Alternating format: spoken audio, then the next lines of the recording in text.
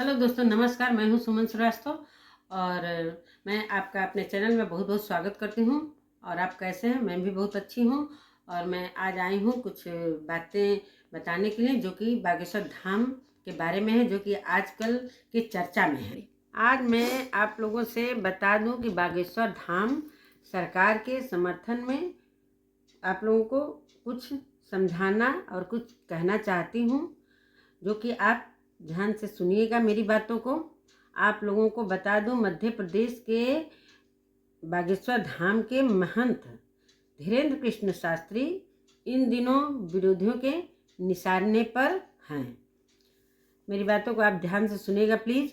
उन पर जादू टोना और अंधविश्वास का बढ़ावा देने का आरोप लगाया जा रहा है और उन्होंने कुछ ऐसा कार्य किया है, जैसे उन्होंने 25 दिसंबर के दिन ईसाई मिशनरियों के चंगुल में कुछ फंसे हिंदुओं को घर वापसी लाने के मुहिम में बहुत लोगों को ये बात उन्हें रास नहीं आई है। जैसा कि दिसंबर माह में मध्य प्रदेश के दमोह जिलों में अपनी कथा के दौरान मध्य प्रदेश में वो दिसंबर में अपनी कथा के दौरान ये उन्होंने ये कार्य किया।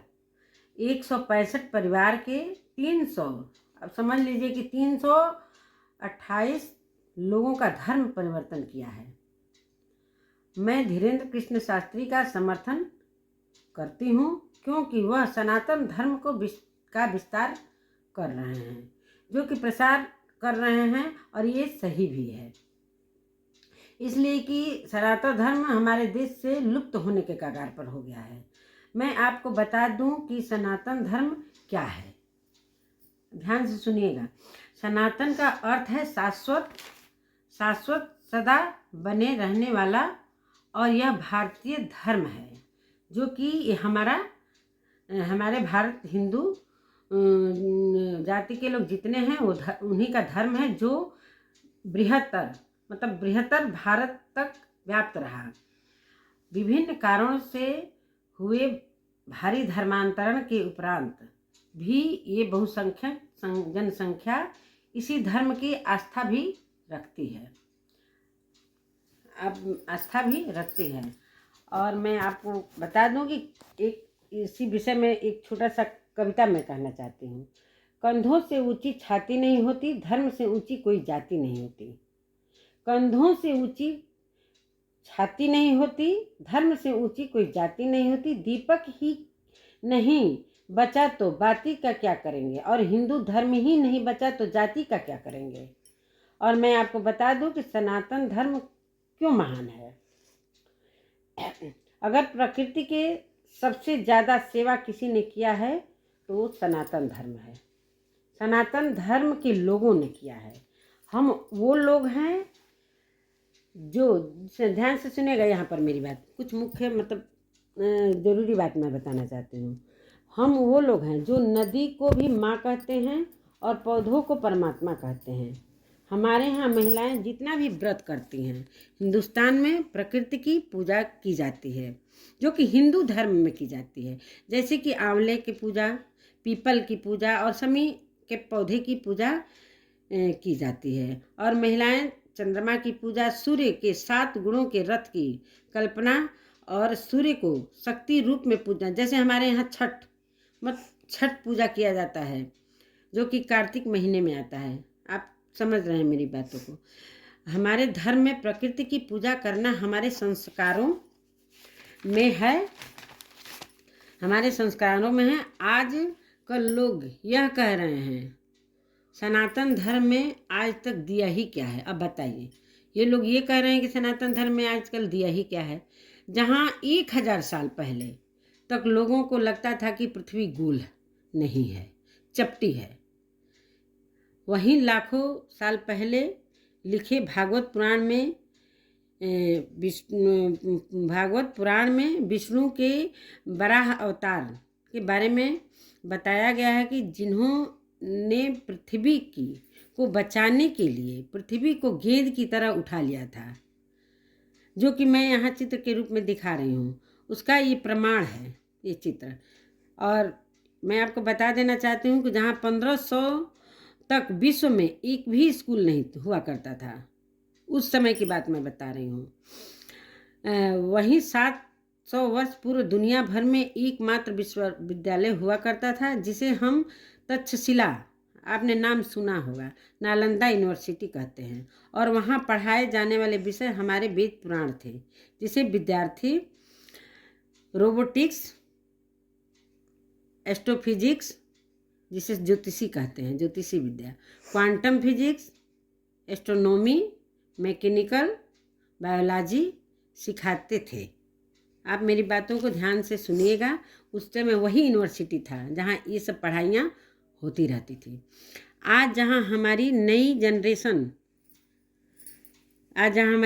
जनरेशन अपने धर्म को ज़्यादातर भूल रही है, आप अपने समाज को देखकर समझ सकते हैं। वहीं विदेशों में हमारे बाल गोपाल की पूजा की जा रही है जोरों से, और कीर्तन भी किए जा रहे हैं, जो कि वृंदावन में कितनी अंग्रेज महिलाएं आकर उनके भजन कीर्तन में व्यस्त हैं, कि आप लोग कहीं भी देख रहे हैं वीडियो में, चाहे कहीं भी। और मैं बता दूं कि लोगों को श्री पंडित धीरेन्द्र शास्त्री जी से क्या दिक्कत है। मैं बता दूं लोगों की, उन्हें नहीं सुनना, लव जिहाद की सच्चाई नहीं जानना है, धर्मांतरण नहीं का गंदा खेल नहीं समझना, धर्म वापसी नहीं करनी। पंडित धीरेन्द्र शास्त्री जी ने पालघर के साधुओं की तरह डंडे खाकर प्राण त्यागना नहीं, बल्कि अपनी सोए हुए हिंदुओं को जगाने का प्रयास किया है। और इसलिए लोगों को उन्हें दिक्कत हो रहा है।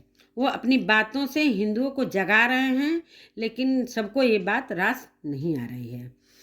न्यूज़ चैनल को बताते बागेश्वर धाम बता रहे हैं, बागेश्वर धाम सरकार जो धीरेन्द्र शास्त्री जी हैं, बागेश्वर धाम सरकार उनको हम लोग बोलते हैं, वो बोल रहे हैं कि भगवा का विश्व में प्रसार करना चाहते हैं। हम न्यूज़ चैनलों से बता रहे हैं, भगवा का विश्व में प्रसार करना चाहते हैं। और मैं आपको भगवा का अर्थ बताती हूँ।